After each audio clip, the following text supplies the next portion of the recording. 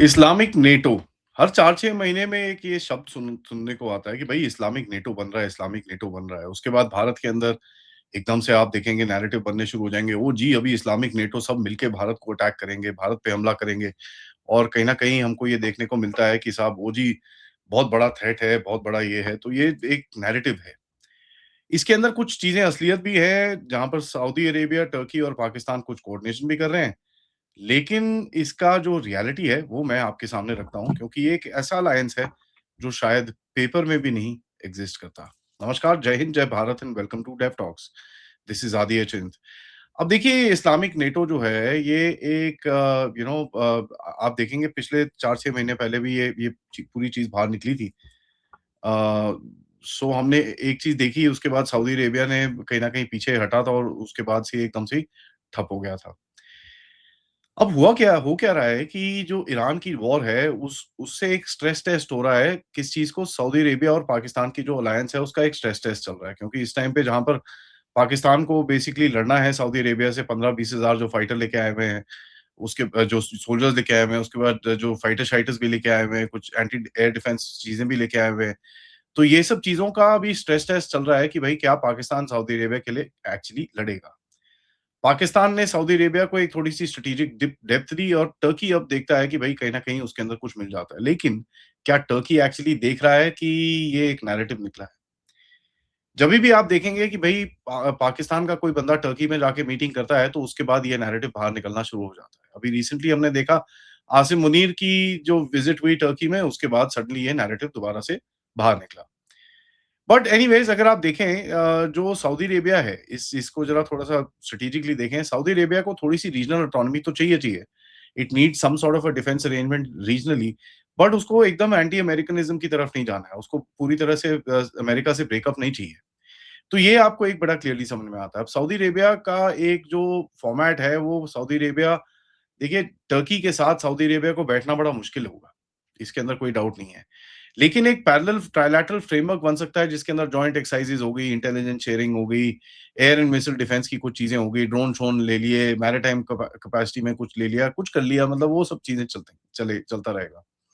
Erdogan और MBS के बीच में काफ़ी रिलेशंस इम्प्रूव हुए हैं, बट जो पुरानी राइवलरी है, जहाँ पर जमाल खशोगी का जो एक इश्यू है, टर्की का सपोर्ट जो है कतर और gulf for Qatar during the gulf blockade, वो एक इश्यू है। अंकारा में जब मुस्लिम ब्रदरहुड के साथ जो उनके लिंक्स हैं, सऊदी अरेबिया को नहीं पसंद आते, एंड कहीं न कहीं जो वैसे भी रीजनल एक पावर इंडेक्स है, उसके अंदर Saudi and Turkey opposite sides में बैठते हैं as far as the Islamic structure is concerned. अब पाकिस्तान एक ब्रिज बन के बैठा है, ठीक है? आसिम मुनीर ने बेसिकली एक एक एक कहीं न कहीं एक ब्रिज बनने की कोशिश करी है, जहाँ पर वो तीनों को बोलता है, "नहीं, नहीं यार, आप एक काम करो, हमको कुछ ना कुछ अपनी प्रोटेक्शन के लिए करना पड़ेगा। सऊदी से पैसा आएगा, पॉलिटिकल लीडरशिप आएगी, टर्की की डिफेंस इंडस्ट्री और ये सब चीज़ें आएँगी और मैं अपना एटमी असासे लेके और 4-6 सोल्जर्स लेके खड़ा हो जाता हूँ, तो काफ़ी हमारा एक एक स्ट्रक्चर बन सकता है। हम इसको लूज़ भी रखेंगे, तो काफ़ी एक डिटरेंस बनेगा।" जैसे मैंने बोला कि सऊदी अरेबिया ने पहले ये चीज़ रिफ्यूज़ करी थी क्योंकि देखिए टर्की के साथ बैठना सऊदी अरेबिया के लिए बिल्कुल भी ठीक नहीं होगा, एंड कहीं न कहीं टर्की और सऊदी अरेबिया के बीच में काफ़ी इश्यूज़ हैं। और अगर सऊदी अरेबिया यहाँ पर बैठता है, तो जो टर्की के इश्यूज़ हैं, वो सऊदी अरेबिया इम्पोर्ट करेगा। ठीक है जी।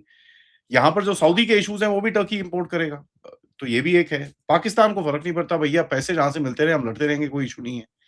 अब पाकिस्तान बीच में अगर देखें किस तरह से बैठा हुआ है, where he finds himself in the middle of Iran, Iran से भी दोस्ती करने की कोशिश कर रहा है, वहाँ पर नेगोशिएशंस और ये सब, लेकिन ईरान के अलायंस के अगेंस्ट में अभी सऊदी अरेबिया के थ्रू इसको लड़ना पड़ेगा। So it's a very funny position that Pakistan finds itself.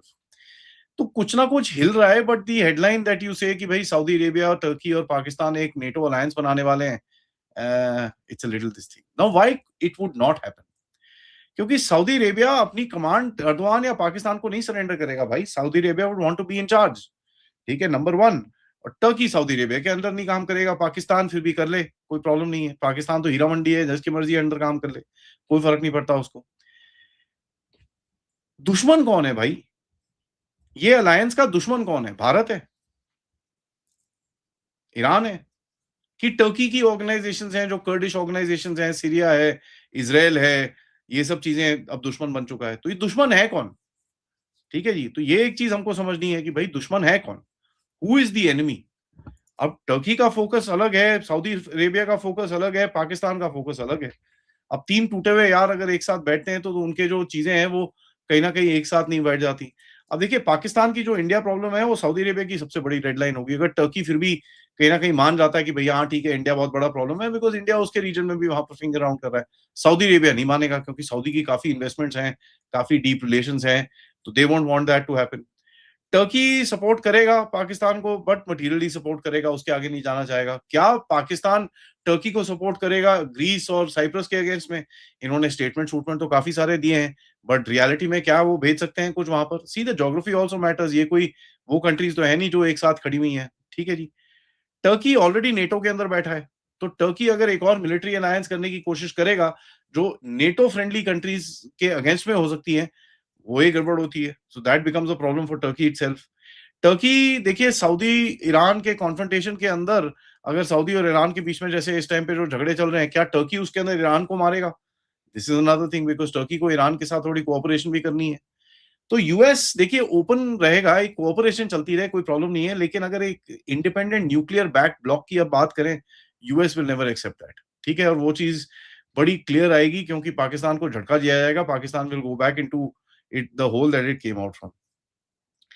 Simultaneously आप देखेंगे सऊदी अरेबिया को ईरान के साथ पूरी तरह झगड़े नहीं करने, तो उसको भैया अगर उसका थ्रेट ही ईरान के साथ है, वो उसके साथ पूरे झगड़े नहीं करना चाहता, वो बात करता है, उसके अभी फ्यूनरल पे सऊदी अरेबिया ने अपने बंदे वहाँ पर भेजे, एक शिया कंट्री के अंदर वहाँ पर पूरा जो भी है that whole religious aspect is also there, तो सऊदी अरेबिया को पूरी तरह से ईरान के साथ कॉन्फ्रंटेशन नहीं करना, अगर करना होता तो अभी अपने आप ही लड़ रहा होता।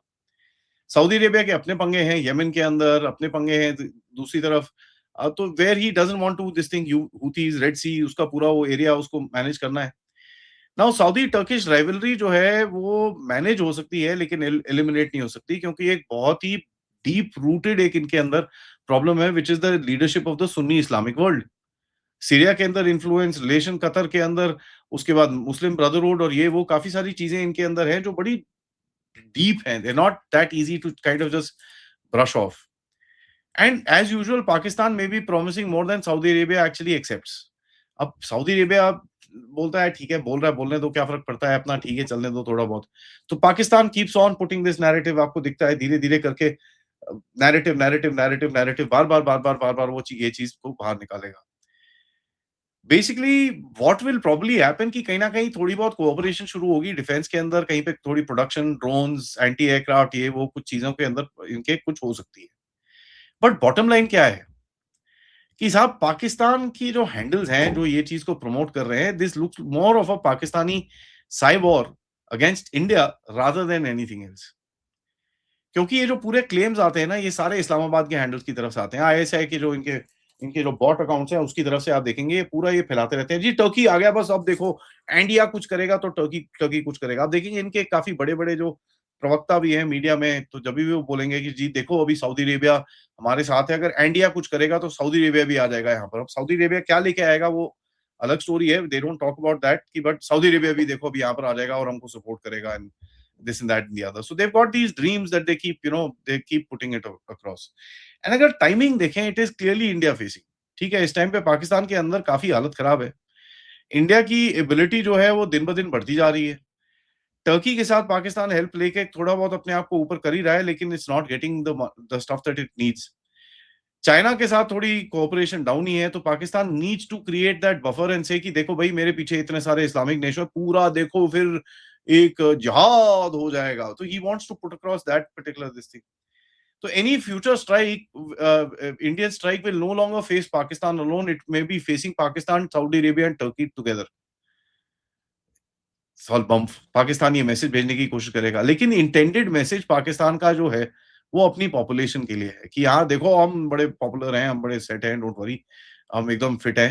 एर्दोगान ने देखो अभी हाँ कर दिया है अलायंस के लिए, तो अब ऐसा अलायंस बनेगा जहाँ पर भारत क्या अमेरिका भी लेट जाएगा, इज़राइल को हम मार देंगे, द होल पाकिस्तानी स्पीच।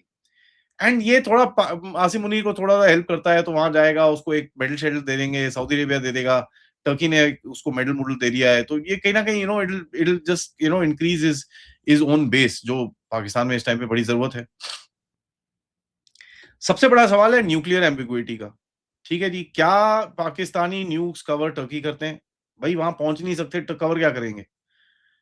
ठीक है जी। तो थोड़ी बहुत कोऑपरेशन अब पाकिस्तान आप देखेंगे कि काफ़ी हद तक it's a very dangerous place जहाँ पर टर्की को कुछ दे। So that is one danger that of course the West will also be looking for. लेकिन एक डेटरेंस बनाने की इतने सारे आपने जो करी है, इसमें बड़े स्ट्रैटेजिक लिमिट्स हैं, ठीक है जी। पाकिस्तानीज़ थिंक कि भई ऐसे-ऐसे बड़े-बड़े स्टेटमेंट्स और ऐसे-ऐसे न्यूज़ आप उठा के डाल दो, उससे एक डेटरेंस वैल्यू क्रिएट होती है, जहाँ पर भारत थोड़ा पीछे हट जाएगा। It doesn't really seem like this thing because at the end of it ये चीज़ हमको बड़ा क्लियरली पता है कि अगर अमेरिका की प्रेज़ेंस जो है पाकिस्तान के अंदर या चाइना की प्रेज़ेंस जो है पाकिस्तान के अंदर, उससे भारत नहीं पीछे हटा and when we had to do something we did. अब 2 और कंट्री जो उधर पे बैठी है, अमेरिका कोई पाकिस्तान की डिफेंस पे तो आएगा नहीं। चाइना थोड़ा बहुत अगर आएगा भी तो आएगा, उसके आगे एक लिमिट के बाद वो भी नहीं आएगा। क्या सऊदी अरेबिया आता है? चांस नहीं है। क्या टर्की वहाँ पर आता है? कोई ड्रोन-व्रोन भेज देगा? सो पाकिस्तान का एक नोशनल वैल्यू है जिसको भारत ने पहले भी कॉल आउट करा है, ठीक है? और अभी भी कर रहा है। तो आप ये डिफेंस अलायंस बनाते रहिए, there is no problem but reality of course कुछ और है। Thank you so much for watching. Video को लाइक करिए, सब्सक्राइब करिए and share this with your friends and families and of course अगर आप इस चैनल की तरफ सपोर्ट करना चाहें, please do that. Use the QR code या फिर पेपैल या फिर सुपर स्टिकर, सुपर चैट्स या आप ऑल्सो मेरी एक रिक्वेस्ट है प्लीज़ हमारी वेबसाइट www.thedeftalks.com को ज़रूर जाके देखिएगा। नमस्कार, जय हिंद, जय भारत।